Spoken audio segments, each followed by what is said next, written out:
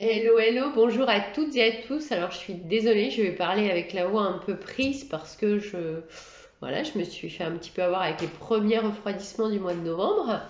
Néanmoins, je suis là pour poursuivre un petit peu le prolongement, on va dire, de la vidéo précédente autour de l'ombre.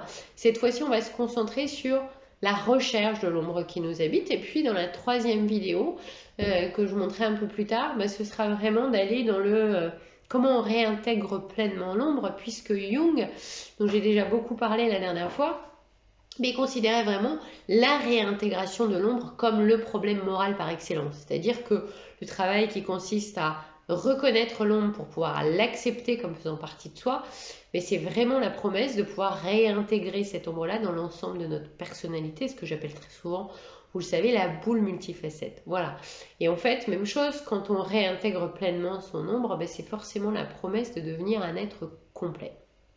Alors Jung, il n'avait pas tout à fait la même vision de Nietzsche ou celle de Freud, c'est-à-dire qu'il considérait vraiment que l'inconscient, c'est un ensemble de forces opposées mais complémentaires qui en fait ne demandent qu'à être réorganisées. C'est-à-dire que parmi toutes les forces antinomiques, que ce soit l'ego et l'ombre, le masculin, le féminin, et puis toute la polarité archétypale qu'on peut connaître, toutes ces ombres, c'est elles qui sont à l'origine de tensions, qu'elles soient physiques ou psychiques, puisque tout bouge en permanence.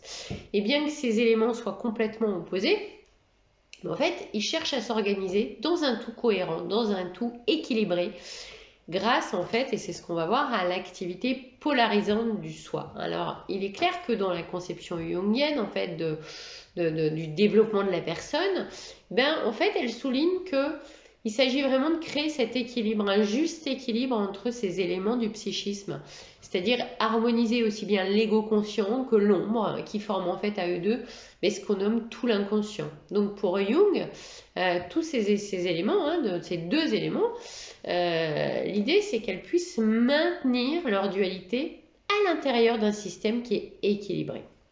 Et en fait, cette vision, si on regarde bien, puisque tout se rejoint, ça rejoint un petit peu la vision taoïste, à savoir que l'univers résulte de l'harmonisation constante et invisible de la polarité fondamentale. Et en fait, c'est le symbole, pour illustrer avec des mots qui peuvent paraître un petit peu compliqués, c'est simplement le symbole du yin et du yang. Voilà. Alors évidemment, ce qui est dangereux, c'est quand on a tendance à survaloriser un élément plutôt qu'un autre. C'est-à-dire que soit on va survaloriser le côté obscur, soit on va survaloriser au contraire, survaloriser l'ego. Dans le cas de survalorisation de l'ombre obscure, c'est ce que vient illustrer ce fameux roman très célèbre du Dr Jekyll et Mr Hyde, où en fait le personnage il se laisse complètement, il s'identifie complètement à son ombre et il finit en fait par tuer son gentil collègue. Donc on comprend bien là que quand on s'identifie, quand on se laisse aller à toutes les pulsions de notre ombre, ça ne va pas résoudre du tout les tensions qu'on a et ça ne va pas du tout non plus favoriser cette réintégration de l'ombre. Alors, je vous l'ai dit, il y a soit l'idée de s'identifier plutôt à l'ego, soit l'idée, comme le Dr Jekyll et Mr Hyde, de s'identifier à son ombre, mais il y a aussi une troisième stratégie qui est un peu plus courante. C'est celle qui consiste en fait à entretenir une double vie. Et c'est ce qui se passe quand on voit des personnes qui en apparence on dit oh là là, ce sont des citoyens mais exemplaires, ou un parent exemplaire, ou un partenaire, un époux exemplaire. Alors je dis époux, ça peut être épouse, c'est la même chose, il n'y a pas de misogynie de ma part, ni de machisme, quoi que ce soit. C'est-à-dire qu'en fait, ces individus-là, quand ils sont dans des moments soit de grande fatigue, de déprime, etc., elles vont lâcher, elles vont donner par exemple raison à la pulsion de leur ombre, et puis elles vont prendre certaines libertés par rapport à leur principe moral, c'est-à-dire que, alors ça peut prendre plein de formes, chez un époux qu'on a eu comme étant exemplaire, on va apprendre que en réalité, régulièrement, il s'autorise des aventures extra-conjugales, et puis il y en a d'autres, ça va être, dans ces cas-là, il y a lâchage total, abus de boisson qui met la personne en danger, ou ça peut être des conduites à risque, ça peut prendre autant de formes possibles inimaginables. Et en fait, Ces personnes, c'est vraiment l'idée de retenir qu'elles sont comme prisonnières quelque part de cycles infernaux où il y a toujours cette même alternance de je suis tenté de, donc tentation, puis passage à l'acte, et puis ensuite c'est oh là là j'ai des regrets, donc oh là là là je vais prendre de bonnes résolutions, c'est fini, j'irai plus jamais voir ailleurs, c'est fini, je boirai plus une goutte d'alcool, c'est fini, je traiterai plus les gens comme ça, je me laisserai plus aller avec ma colère qui déborde et qui fait que je traite tout le monde de tous les noms. En fait, on retrouve vraiment, hein, puisque je parle d'abus de boisson par exemple, les comportements alcooliques où il y a des gens qui, sous l'influence de l'alcool, ben, leur ego qui est sobre à la base, qui est complètement exemplaire, d'un seul coup il se met à chavirer dans le côté obscur, et là on voit l'ombre alcoolique. Et cette ombre, en fait, elle fait que l'entourage, là, elle comprend pas quoi. Elle assiste à un véritable dédoublement de sa personnalité. C'est-à-dire que d'un côté, on va constater que le côté alcoolique de la personne, elle vient venir révéler des qualités complètement opposées, puisque je vous l'ai dit dans la première vidéo, nous sommes la somme des défauts et des qualités de l'humanité. Donc là, en réalité, on va avoir des qualités complètement inverses à leur ego. Donc du coup, ça va être des personnes qu'on a l'habitude de qualifier de « oh là là, il est doux comme un agneau celui-là ». Et puis d'un seul coup, on va les voir comme des dragons féroces. Ou au contraire, des personnes qui sont super près de leur sou, ben, dans des moments où elles se laissent aller à leur pulsion alcoolique, elles vont se mettre à plier des verres à tout le monde et puis à montrer leur facette généreuse. En fait, il faut retenir que c'est des personnes qui sont hyper secouées entre les aspirations de leur ego et puis les impulsions de leur ombre.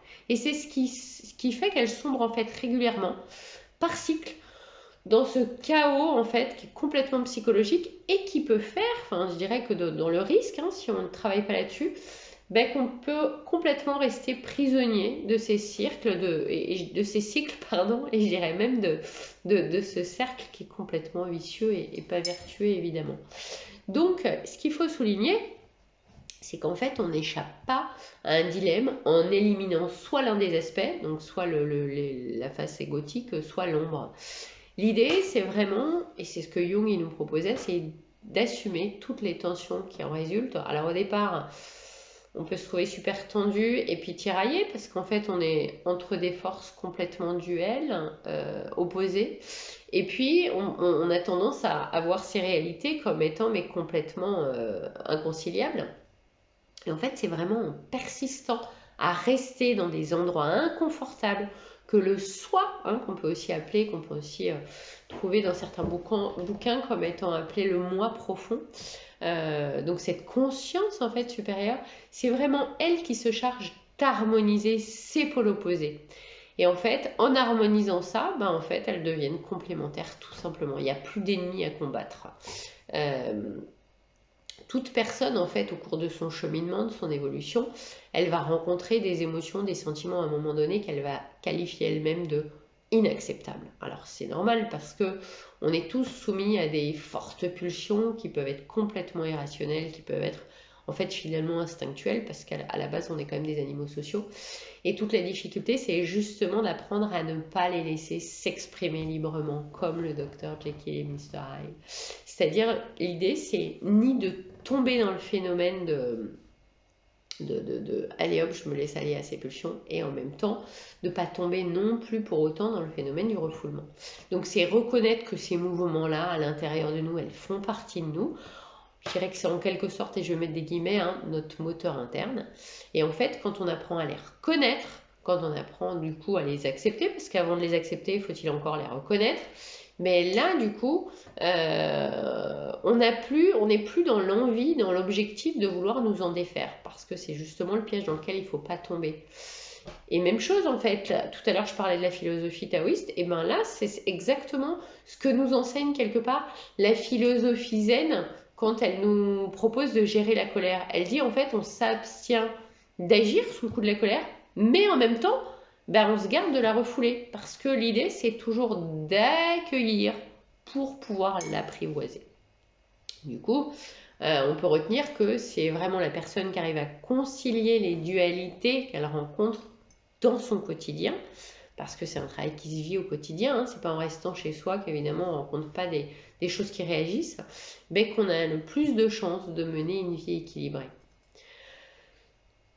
Alors il va falloir trouver des moyens forcément pour pouvoir solutionner tous ces moments de tension, puisque l'ego, en fait, pour pouvoir trouver des solutions, je dirais tout simplement qu'il doit apprendre à lâcher prise.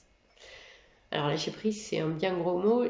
Plus concrètement, je dirais qu'il doit apprendre à sortir de son mode dictateur, le personnage qui dirige tout, qui contrôle tout, qui est beaucoup trop rationnel, pour justement se laisser placer sous l'autorité du soi divin. Donc il s'agit d'abandonner finalement sa prétention d'être le centre du monde en voulant tout gérer tout le temps. Et en fait, c'est pour ça qu'on parle dans plein d'ouvrages, même quand dans le chamanisme, souvent on rencontre ça quand on parle de la mort symbolique de l'ego. Alors en fait, la mort symbolique de l'ego, c'est elle qui va nous permettre, qui dit mort dit renaissance, en fait de vivre finalement une nouvelle version de soi-même qui va nous permettre de changer nos lunettes, qui va nous permettre de changer de vision du monde. Et en fait, ce sacrifice de l'ego, il faut être clair, hein, comme ça quand on en parle c'est simple, mais c'est pas si facile, hein. C'est un exercice qui dépend vraiment de notre capacité à un moment donné à s'abandonner à ce soi et cette puissance du soi, hein, dans son action polarisante, comme je le disais. En plus, évidemment, je l'ai dit tout à l'heure, pour embrasser son ombre, pour l'accueillir, il faut forcément la reconnaître, c'est-à-dire qu'il faut se défaire du déni qu'on lui prête souvent. Ah non, moi je suis surtout pas comme ça, non, moi je suis pas avare, je suis la générosité incarnée. Donc d'abord, il faut reconnaître sa présence pour pouvoir ensuite l'accepter.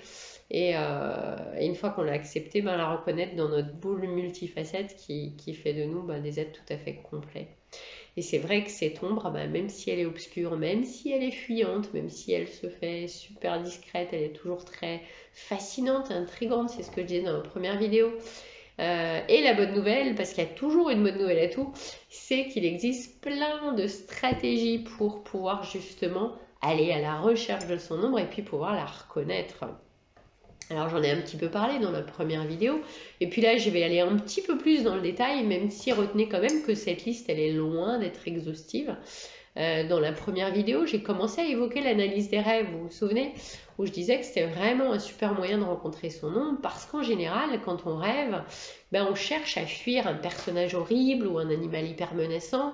Et en fait, quand on se fait accompagner par un thérapeute, un professionnel qui est vraiment spécialisé dans ce langage des rêves, ça permet de réintégrer, de reconnaître ces parties de nous.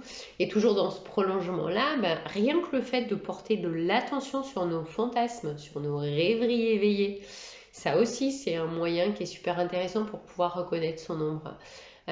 Disons que de prendre conscience de tout ce qu'anime notre monde intérieur, hein, tous nos élans de pouvoir, nos désirs de richesse, même nos poussées de sexualité, de désir envers autrui, nos sentiments de jalousie qui nous dérangent aussi, nos frustrations aussi, quand on a ça nous bouffer, quand on ne veut pas les reconnaître ou quand on se laisse sous leur emprise, tout ça en fait, c'est autant de moyens efficaces pour pouvoir reconnaître notre ombre, parce que faut pas l'oublier, j'ai insisté pas mal dans la première vidéo, mais n'oubliez pas que dans nos ombres, il y a plein de talents, il y a plein de traits, de caractères, d'éléments positifs dedans, hein, dans ce côté obscur. Donc, plus on va les réintégrer, plus on va pouvoir les autoriser ensuite à s'exprimer pleinement.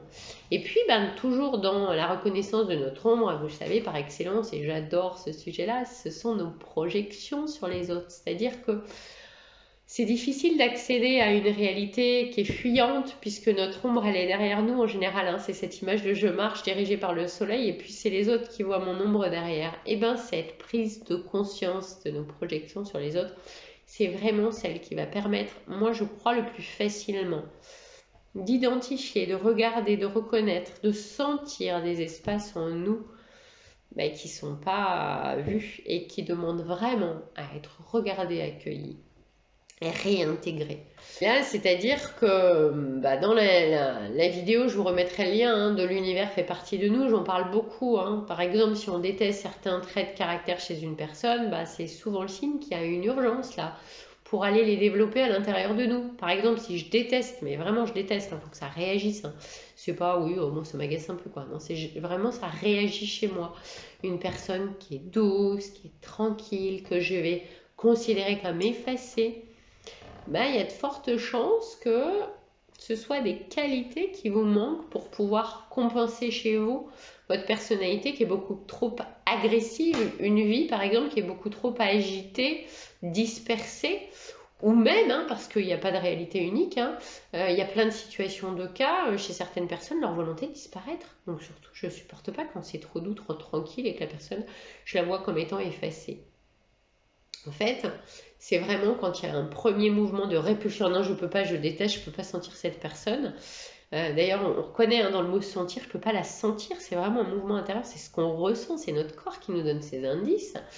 Et en fait, c'est vraiment comprendre que vous pouvez apprendre de cette personne, parce que c'est grâce à cette personne que vous pouvez remercier quelque part. C'est cette personne qui va vous permettre de reconnaître, d'acquérir quelque part une plus grande maturité au sujet de qui vous êtes. Donc l'exercice, c'est là où je dis que c'est pas toujours simple, c'est surmonter cette répugnance initiale à devenir tranquille, effacé, doux, que sais-je, pour pouvoir justement ressembler un petit peu à cette personne qui au départ vous est complètement antipathique. Alors on va prendre un exemple un petit peu plus concret encore, pour bien comprendre en fait ce qui se joue dans ce phénomène de projection dont j'ai déjà parlé à plusieurs reprises dans diverses vidéos, et puis même sur la précédente. L'idée c'est que vous compreniez bien le mécanisme qui s'opère. Alors on va prendre des histoires réelles, j'ai changé évidemment les prénoms. Vous prenez Thierry, il est commercial, super commercial dans une très très grosse société informatique, une SS2I, il a plein de collègues évidemment au service commercial dans son équipe et puis chacun se partage des marchés, des domaines, il y en a un qui est plutôt sur je sais pas moi, la grande distrib, l'autre il est sur des clients de marché public, etc., etc. Et Thierry, il y en a vraiment un qui l'a dans le pif, quoi. Il ne loupe pas une occasion de dénoncer l'incompétence de ce collègue-là. Allez, on va l'appeler Edouard, d'accord? Donc, il va être tout le temps à essayer d'écouter s'il n'y a pas un petit peu de médisance qui se raconte au sujet de cet Édouard, parce que lui, vraiment, il adore réenchérir toutes les saletés qu'on peut dire à son propos. Donc, il est tout le temps en plus, lui, vu qu'il est à l'affût, de médire ce bonhomme-là. Il surveille, il scrute tout ce qu'Edouard fait pour essayer de relever des erreurs. Tiens, il n'a pas envoyé le mail à temps, il n'a pas répondu à ça, il n'est pas arrivé à l'heure à la réunion commerciale, etc., etc. Donc, du coup, vous voyez bien un peu le jeu qui se dessine. Bon. Évidemment, au quotidien, il y a des moments où Thierry, il surprend quand même à dire mais vraiment là je m'acharne en fait, je m'acharne sur ce pauvre type quoi. Donc il a conscience quand même aussi grâce ou à cause, mais je dirais plutôt grâce aux yeux des autres quand vraiment il en met plein la tête à Edouard qui va peut-être un peu loin et que ça crée un malaise chez les autres quoi. Et en même temps lui il se dit mais punaise mais il n'y a que moi qui vois à quel point ce mec il est nul et qu'on devrait le virer quoi. En fait, ce qui se joue là, c'est que Thierry n'est pas du tout conscient de sa peur à lui, parce que c'est toujours une histoire de peur qu'il y a derrière, vous le savez, ce qui est polarisé avec l'amour, c'est la peur. Donc Thierry n'est pas du tout conscient qu'en fait, ce qui se joue, c'est sa peur, lui, d'être à un moment donné étiqueté, vu comme étant incompétent. Ce qu'il voit lui chez Edouard. Donc en fait, la seule pensée d'être incapable d'atteindre les objectifs que sa direction lui demande, c'est quand on est commercial en général, on a des objectifs commerciaux tous les mois qui sont revus régulièrement, etc. Et du coup, en fait, ça augmente tellement ses angoisses en permanence que il a utilisé Edouard comme étant son bouc émissaire. Du coup, le fait de se concentrer sur tous les manquements, les erreurs que peut faire Edouard, lui, il a le sentiment de se libérer de sa propre anxiété Et donc d'oublier cette peur et d'oublier la peur que lui, il a d'être aussi incompétent. Voilà, vous voyez bien ce qui se joue, c'est quand même assez incroyable, hein. Donc le fait de chercher, lui, à avoir une super réputation, c'est moi le bon commercial, regardez, moi j'arrive à faire mes chiffres, etc. Alors qu'en fait, il y a une angoisse permanente de ne pas les faire. C'est un peu ce qui lui permet, évidemment, de ne pas montrer que lui aussi, il a des faiblesses professionnelles. Ce qui fait qu'en fait, il a refoulé dans son inconscient la pensée que son travail pourrait lui aussi présenter des manquements, des erreurs, des lacunes, etc. Donc tout ce qui tient à cacher dans l'ombre, Thierry, lui, il sent qu'il a besoin à tout prix de le dénoncer quelque part. Donc qu'est-ce qu'on fait? Projection. Et là, c'est Édouard le bouc émissaire. Alors évidemment, un jeu, ça se joue à deux. Et lui, de son côté, il a des antennes, Édouard, hein, les inconscients communiquent.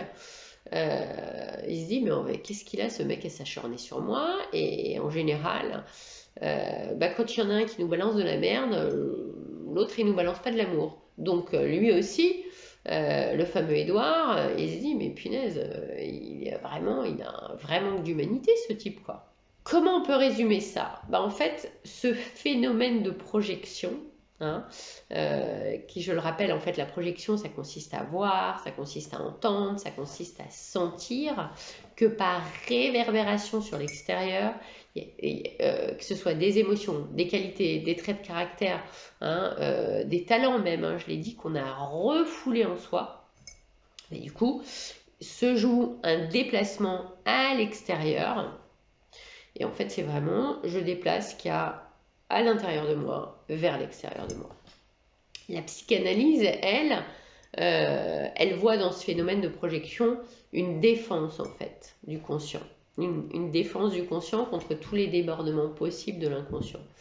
La psychanalyse, elle dit qu'en fait, tout ce qui est inacceptable au niveau conscient, ça va se trouver à un moment donné en dehors de nous, hein. Que ce soit sur des personnes, ça peut être sur des objets, ça peut être sur plein de trucs.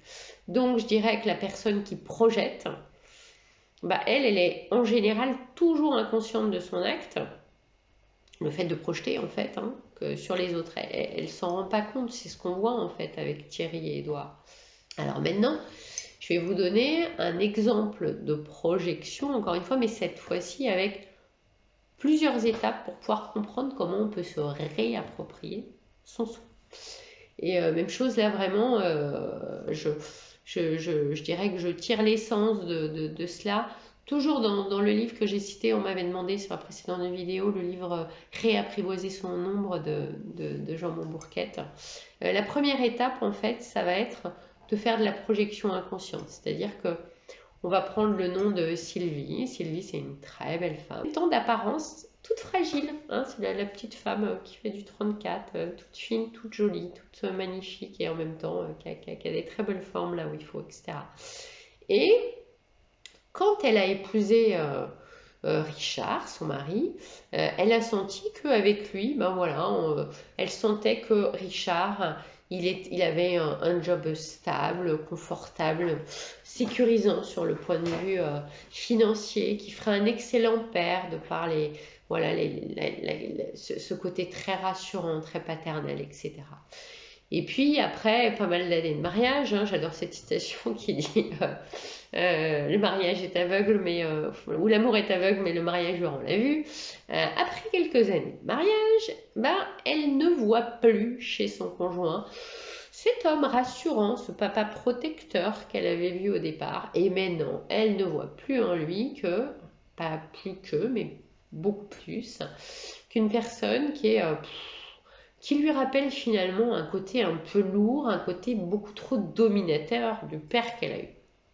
Donc là, clairement, on voit bien l'exemple d'une personne qui vit une situation difficile à l'heure aujourd'hui, là où évidemment elle n'était pas du tout quand elle a décidé de se marier avec cet homme et qu'elle est tombée amoureuse, et elle se sent complètement à la merci de ce Richard, qui d'après elle, dans ses propos, dans son discours à son psy, dit mais moi il m'empêche complètement de vivre, quoi, il est toujours sur mon dos, voilà. Donc l'expérience, elle nous montre que tant que la personne elle est en mode plaintif, qu'elle ne récupère pas la vision juste de ce qui se joue et qu'elle accuse l'autre de coupable, alors qu'en réalité on est toujours responsable de ce qu'on rencontre, si elle va pas mettre de la lumière sur ça, l'expérience, elle nous montre qu'en fait, à chaque fois, si Sylvie se sépare, à tous les coups, elle va retomber sur le même partenaire, non pas dans la forme, mais dans le fond. Ok? Donc, c'est-à-dire qu'elle va retrouver un autre conjoint qui sera exactement comme Richard. Donc ça, c'est la première étape, c'est comprendre ce phénomène de projection inconsciente. Ensuite, la deuxième étape, ça va être de réajuster le masque qu'on a fabriqué par la projection. Je ne reviens pas là-dessus, j'en ai pas mal parlé en fait sur la première vidéo. Simplement, c'est comprendre que quand on projette notre ombre sur quelqu'un, ça revient vraiment à lui mettre, tiens, je te mets un masque sur le visage. Je te vois comme le mec rassurant, sécurisant, etc. Et donc, du coup, une personne qui va réagir en conséquence. C'est-à-dire que la personne qu'on a, on va dire, déguisée, soit elle va complètement nous fasciner, dans le cadre d'une relation amoureuse, ou au contraire nous repousser, parce que c'est dans les deux cas, tout est toujours polarisé. Quand on n'est pas dans une relation amoureuse, c'est plutôt, ça peut être, ah non, je te supporte pas parce que je te vois comme ça. Et en fait, le masque qu'on croyait parfaitement ajusté à la personnalité de l'autre, c'est pas toujours le cas. Vous savez, ce qu'on voit chez l'autre, ça dit rien de l'autre en fait.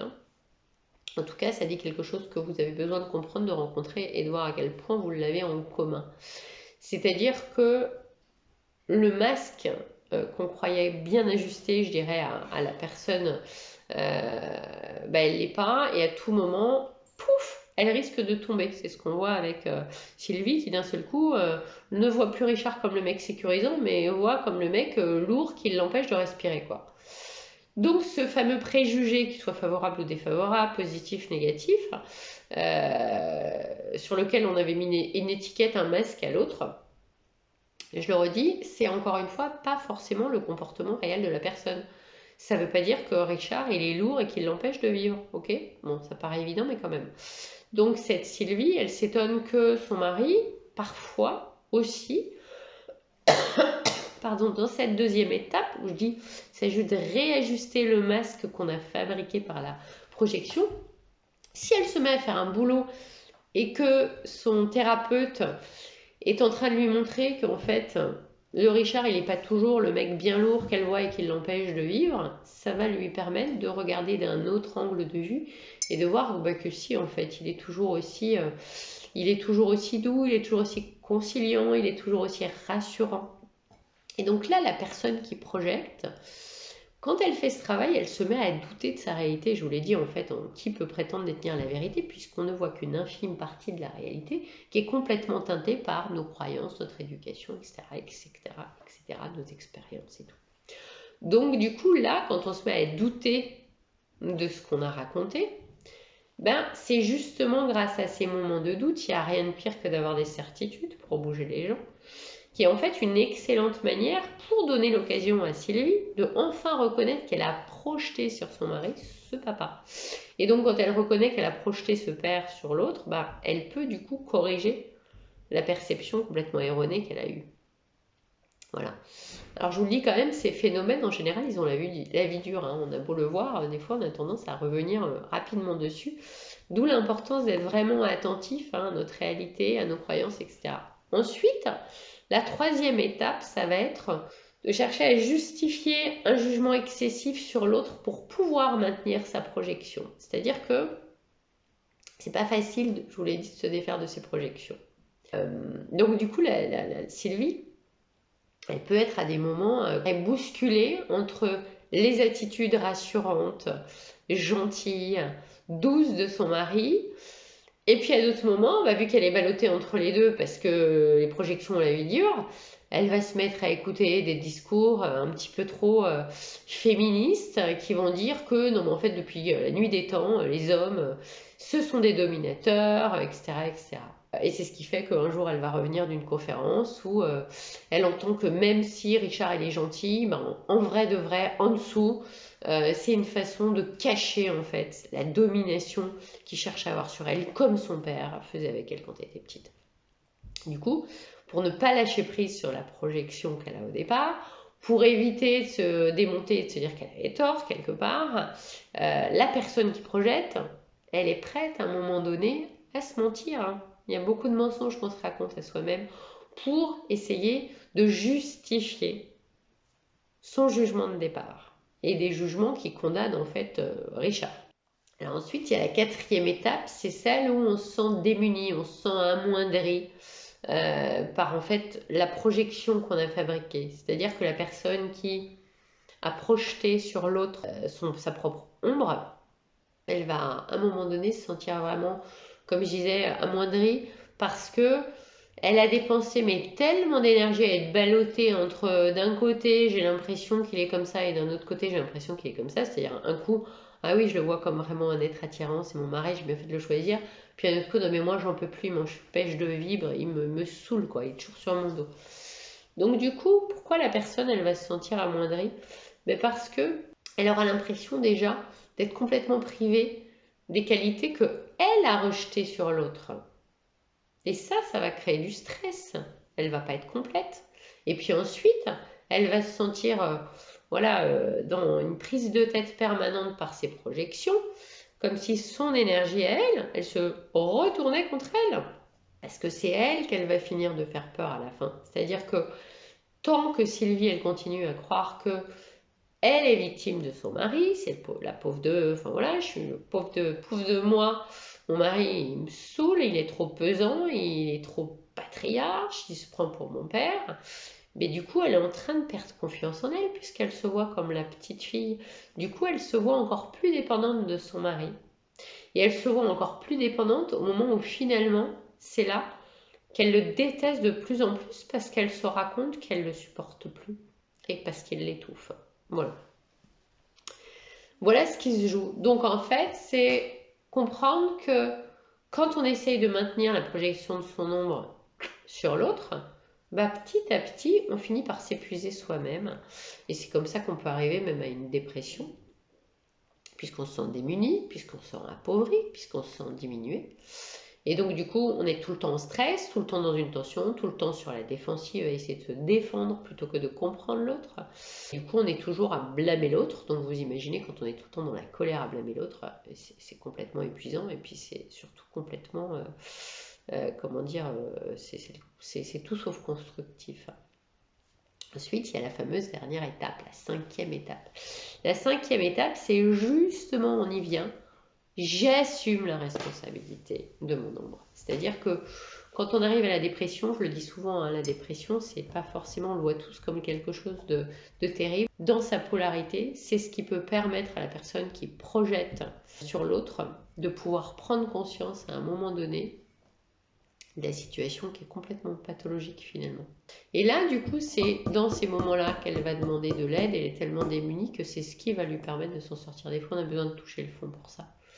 Là, elle s'offre vraiment la possibilité de se réapproprier toutes ses projections et de pouvoir enfin se construire. Et là, du coup, c'est ce qui va lui permettre de pouvoir construire correctement l'estime de soi. Là, une fois que la personne, elle se réapproprie tout, bah, vu qu'elle est complète, elle peut vraiment s'affirmer. Voilà. Alors, si on finit en beauté avec l'histoire de Sylvie, bah, au lieu de continuer à s'épuiser tout le temps dans cette colère où elle est toujours en train de récriminer son Richard, bah, elle va enfin se regarder, retourner le miroir et voir que finalement, la présence de ces fameuses qualités masculines, d'initiative, de force, de courage, de protection dont fait part son mari, etc., ben, si elle se met à le cultiver chez elle, à l'apprivoiser pour ça, donc déjà à le reconnaître et donc finalement à réintégrer ce côté masculin en elle, elle n'aura plus besoin de rentrer dans une guerre, donc une rivalité permanente avec son mari. Et là, du coup, on peut vraiment rentrer dans quelque chose de complémentaire et je dirais même d'élémentaire. Pour conclure cette vidéo, parce que là je suis vraiment rentrée dans les exemples de projection, dans les étapes pour pouvoir arriver enfin à la responsabilité de son ombre, et on verra dans une troisième vidéo comment apprivoiser du coup son ombre pour pouvoir arriver tranquillement à toutes ces étapes et qu'elles se mettent en place naturellement pour pouvoir devenir un être complet. Mais je dirais que dans la Bible, j'ai beaucoup aimé cette image dans Apprivoiser son ombre, il y a Jésus qui nous alerte, et d'ailleurs c'est vraiment rentré dans le vocabulaire courant, on n'est pas obligé d'être chrétien, on peut être athée, on peut cultiver n'importe quelle forme de religion, c'est vraiment une expression qu'on entend très souvent. Quand on dit qu'as-tu à regarder la paille qui est dans l'œil de ton frère et la poutre qui est dans ton œil, à toi, tu ne la vois pas. En fait, ça veut dire quoi? Ça veut dire qu'avant de juger, regardez un petit peu, travaillez un petit peu sur vous pour justement apprendre à vous réapproprier toutes les projections de vos ombres. Voilà. Donc je vous invite vraiment à garder ça en mémoire, à terminer là-dessus, à méditer là-dessus. Et puis la prochaine fois, on verra comment apprivoiser son ombre pour pouvoir réintégrer toutes les facettes de nous-mêmes. Je vous souhaite une très très bonne fin de journée. Je vous dis à bientôt.